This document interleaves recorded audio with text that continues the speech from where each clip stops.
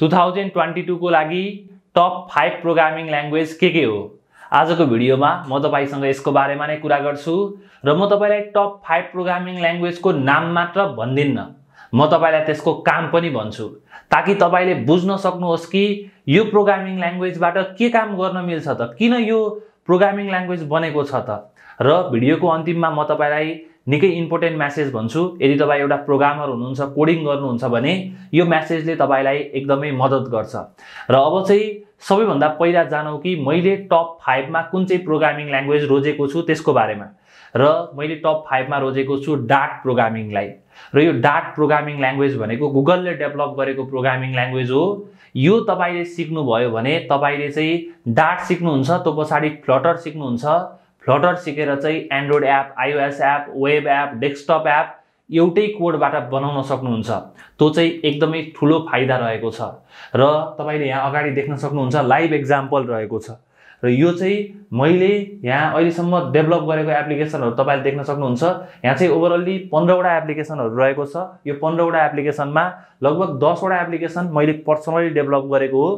त्यो सँगसँगै 5 वटा एप्लिकेसन जति चाहिँ मैले चाहिँ एज अ प्रोजेक्ट म्यानेजर काम गरेको हो। त्यही कारणले गर्दाखेरि डाटको फ्युचर एकदमै राम्रो रहेको छ। मैले लगभग 3 वर्ष भयो यो डाट गर्न थालेको, फ्लटर गर्न थालेको चाहिँ तपाईले छोटो समयमा राम्रो एप बनाउन सक्नुहुन्छ। त्यो चाहिँ यसको फाइदा रहेको छ।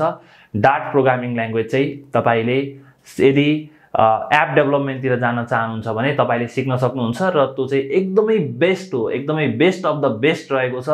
तपाईले एप बनाउन चाहनुहुन्छ भने डाट सिक्नै पर्ने हुन्छ, म त त्यही कुरा भन्छु।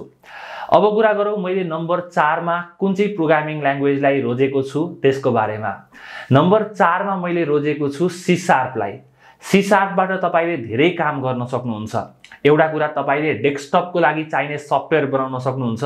त्यो .exe फाइलहरुबाट जसरी सफ्टवेयरहरु तपाईले इन्स्टल गर्नुहुन्छ विन्डोजमा, त्यसको लागि चाहिने सफ्टवेयरहरु बनाउन सक्नुहुन्छ सी शार्पबाट। एकदमै फास्ट चल्छ, मजाले चल्छ। अनि त्यो सँगसँगै वेबसाइट बनाउन सक्नुहुन्छ, वेब एपहरु बनाउन सक्नुहुन्छ, एपीआईहरु बनाउन सक्नुहुन्छ, गेम बनाउन सक्नुहुन्छ। तपाईले सी शार्प सिक्नुहुन्छ, त्यो पछाडी युनिटी सिक्नु भयो भने तपाईले गेम पनि बनाउन सक्नुहुन्छ सी शार्पबाट नै। त्यही कारणले गर्दाखेरि सी शार्पको अर्को युज चाहिँ गेम डेभलपमेन्टमा पनि रहेको छ र अमेजिङ गेमहरु तपाईले बनाउन सक्नुहुन्छ। त्यो सँगसँगै सी शार्पबाट चाहिँ तपाईले अरु धेरै कामहरु जस्तो कि अब यो सेलेनियम युज गरेर टेस्टिङको कामहरु, अटोमेसनको कामहरु पनि गर्न सक्नुहुन्छ। धेरै कामहरु गर्न सक्नुहुन्छ। म तपाईलाई एउटा डेस्कटप सफ्टवेयरको डेमो पनि देखाउँछु। यो चाहिँ सी शार्पबाट बनेको सफ्टवेयर हो। ओके, म यसलाई रन गर्छु र मैले यहाँ चाहिँ मेरो युजर नेम र पासवर्ड हाल्छु। ओके, तपाईले देख्न सक्नुहुन्छ एकदमै फास्ट चल्छ क्या, सफ्टवेयर पनि एकदमै फास्ट चल्छ अनि काम गर्न पनि रमाइलो हुन्छ। यहाँ चाहिँ सी शार्पबाट बनेको डेस्कटप सफ्टवेयर। यदि तपाई डेस्कटप सफ्टवेयर नै बनाउने हो भने चाहिँ अरु अप्सनहरु पनि रहेको छ, तर सी शार्पबाट बनाउँदा चाहिँ एकदमै बेस्ट हुन्छ, त्यो कुरा रहेको छ। त्यही कारणले गर्दाखेरि सी शार्प तपाईले यदि डेस्कटपतिर जान चाहनुहुन्छ भने तपाईले रोज्नु होला।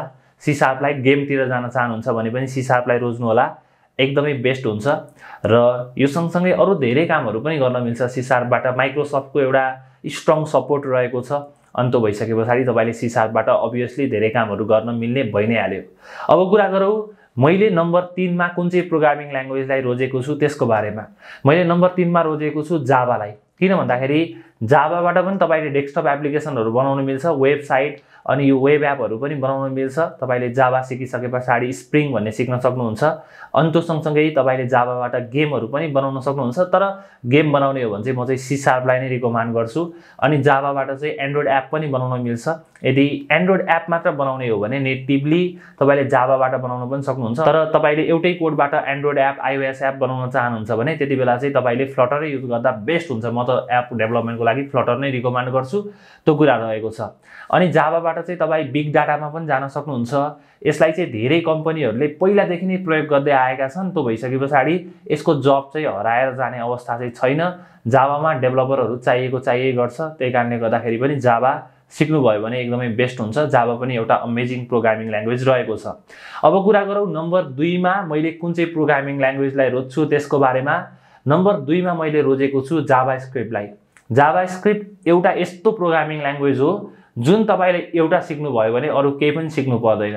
तपाईले जावास्क्रिप्ट सिकिसकेपछि तपाई फ्रन्ट एन्डतिर पनि जान सक्नुहुन्छ, ब्याकएन्डतिर पनि जान सक्नुहुन्छ, दुवैतिर पनि जान सक्नुहुन्छ। भनेको एउटा वेबसाइटलाई चाहिने सबै कामहरू तपाईले जाभास्क्रिप्टबाट गर्न सक्नुहुन्छ। तपाईले यदि फ्रन्ट एन्डमा जान चाहनुहुन्छ भने HTML CSS अगाडि जान्नै पर्यो, अन्त पछाडी जाभास्क्रिप्ट जान्नु भएको छ भने त्यो कम्बाइन गरेर चाहिँ तपाईले धेरै कुराहरू बनाउन सक्नुहुन्छ फ्रन्ट एन्डमा। अनि त्यो सँगसँगै फ्रन्ट एन्डको एडभान्स कुराहरू जस्तो कि रियाक्ट भन्ने रहेको छ, एंगुलर भन्ने रहेको छ, अनि त्यो सँगसँगै भ्यू भन्ने रहेको छ। यो चाहिँ सबै जाभास्क्रिप्टमा डिपेन्ड गर्छ। त्यो भइसकेपछि चाहिँ जाभास्क्रिप्ट सिक्नु भयो भने तपाईलाई चाहिँ सजिलो हुन्छ यो टेक्नोलोजी सिक्नको लागि। त्यो सँगसँगै ब्याकएन्डमा चाहिँ तपाईले Node.js सिक्न सक्नुहुन्छ, त्यसभित्र एक्सप्रेसहरुलाई युज गर्न सक्नुहुन्छ, अरु विभिन्न कुराहरू गर्न सक्नुहुन्छ। जाभास्क्रिप्ट एउटै कोडबाट धेरै काम गर्न मिल्छ, वेबसाइट डेभलपमेन्टको लागि बेस्ट रहेको छ। अनि जाभास्क्रिप्टबाट यदि तपाईले डेस्कटप सफ्टवेयर बनाउन चाहनुहुन्छ भने पनि Electron.js भन्ने छ, त्यहाँबाट डेस्कटप सफ्टवेयर पनि बनाउन सक्नुहुन्छ, कुनै पनि समस्या हुँदैन। जाभास्क्रिप्टबाट तपाईले एउटै कोडबाट एन्ड्रोइड र आइओएस एप बनाउन सक्नुहुन्छ। त्यो चाहिँ के रहेको छ त भन्दाखेरि रियाक्ट नेटिभ रहेको छ, जसलाई फेसबुकले डेभलप गरेको छ। अब रियाक्ट नेटिभबाट तपाईले एउटै कोड जाभास्क्रिप्टको कोडबाटै एन्ड्रोइड र आइओएस एपलाई बनाउन सक्नुहुन्छ, त्यो पनि फाइदा रहेको छ। अनि अर्को कुरा जाभास्क्रिप्टको एउटा नछुटाउनु पर्ने कुरा के रहेको छ त भन्दाखेरि जाभास्क्रिप्टबाट तपाई मेसिन लर्निङ, आर्टिफिशियल इन्टेलिजेन्समा पनि जान सक्नुहुन्छ, त्यो कुरा पनि रहेको छ। अब कुरा गरौँ प्रोग्रामिङ ल्याङ्ग्वेज मध्ये मैले नम्बर 1 मा कुनलाई राखेको छु, तपाईले गेस गर्नु होला अथवा भिडियोलाई पौज गरेर तल कमेन्ट बक्समा कमेन्ट गर्नु होला अनि भिडियो हेर्नु होला। ओके, मैले रोजेको छु पाइथनलाई। पाइथन किन रोजेको छु भन्दाखेरि पाइथनबाट डेली लाइफमा युज हुने कामहरू गर्न मिल्छ। प्रोग्रामिङ ल्याङ्ग्वेज सिक्नको लागि एकदमै सजिलो छ। तपाईले सुरुमा प्रोग्रामिङ ल्याङ्ग्वेज सिक्ने हो भने पाइथनलाई सिक्न सक्नुहुन्छ, कुनै पनि समस्या हुँदैन। पाइथनबाट चाहिँ तपाईले वेबसाइट डेभलपमेन्टको कामहरू गर्न सक्नुहुन्छ। अनि त्यो सँगसँगै पाइथनबाट एप पनि बनाउन मिल्छ अनि डेस्कटप सफ्टवेयरहरू पनि बनाउन मिल्छ। त्यो सँगसँगै एपहरू बनाउनको लागि म रिकमेन्ड चाहिँ गर्दिन आजको दिनमा एटलिस्ट। अनि त्यो सँगसँगै गेमहरू बनाउनुहुन्छ भने पाइथनबाट चाहिँ म रिकमेन्ड चाहिँ गर्दिन, तर तपाई ट्राई गर्ने हो भने गर्न सक्नुहुन्छ। गेम डेभलपमेन्ट हो भने चाहिँ युनिटीतिर जाँदाखेरि बेस्ट हुन्छ, त्यो कुरा रहेको छ। अनि पाइथनबाट चाहिँ तपाई AI, artificial intelligence, machine learning त्यसमा पनि जान सक्नुहुन्छ। यदि पाइथनबाट वेबसाइटहरू बनाउन चाहनुहुन्छ भने ज्याङ्गोको प्रयोग गर्न सक्नुहुन्छ। एकदमै अमेजिङ, एकदमै फास्ट तपाईले खोजेको जस्तो वेबसाइटहरू बनाउन सक्नुहुन्छ, वेब एपहरू बनाउन सक्नुहुन्छ, एपीआईहरू बनाउन सक्नुहुन्छ। अनि त्यो सँगसँगै पाइथनबाट तपाईले अटोमेसनको काम गर्न सक्नुहुन्छ। पाइथनबाट तपाई ब्लकचेनमा पनि जान सक्नुहुन्छ, विभिन्न प्लेटफर्महरूमा जान सक्नुहुन्छ। एकदमै धेरै फाइदा रहेको छ। अब अन्तिममा मैले तपाईलाई एउटा कुरा भन्छु भनेको थिएँ, त्यो कुरा के रहेको छ त भन्दाखेरि प्रोग्रामिङ ल्याङ्ग्वेज यति धेरै छ, अरु पनि अब विभिन्न PHP प्रोग्रामिङ ल्याङ्ग्वेज छ, गोल्याङ छ, धेरै प्रोग्रामिङ ल्याङ्ग्वेज छ हैन। यो प्रोग्रामिङ ल्याङ्ग्वेजमा जुनसुकै सिक्दाखेरि पनि कुनै पनि फरक चाहिँ पर्दैन, तर एटलिस्ट एउटा चाहिँ सिक्नु पर्यो। सुरुमा एउटा प्रोग्रामिङ ल्याङ्ग्वेज राम्रोसँग सिक्ने, अनि राम्रोसँग सिकिसकेपछि तपाईले अरु प्रोग्रामिङ ल्याङ्ग्वेजलाई पनि बुझ्न सक्नुहुन्छ, सिक्न सक्नुहुन्छ। तर मान्छेहरूले के गर्छन् त भन्दाखेरि एउटा प्रोग्रामिङ ल्याङ्ग्वेज आधा सिकिरहेछ, अर्कोको पनि आधा सिकिरहेछ, अर्कोको पनि आधा सिकिरहेछ। त्यस्तो गर्यो भने केही पनि हुनेवाला छैन। यो चाहिँ एउटा एकदम बेस्ट टिप्स रहेको छ तपाईको लागि। एउटालाई कम्प्लिट गर्नुस्, त्यो भइसकेपछि तपाईले त्यही प्रोग्रामिङ ल्याङ्ग्वेजबाट पनि धेरै कामहरू गर्न मिल्छ। प्रोग्रामिङ ल्याङ्ग्वेजको मुख्य पर्पज भनेको कम्प्युटरलाई इन्स्ट्रक्सन दिने, मोबाइल फोनलाई इन्स्ट्रक्सन दिने, एउटा डिभाइसलाई इन्स्ट्रक्सन दिने रहेको छ। तपाईले अब इन्स्ट्रक्सन दिनको लागि त जुनसुकै प्रोग्रामिङ ल्याङ्ग्वेजबाट पनि दिन सक्नुहुन्छ, कुनै पनि समस्या हुँदैन।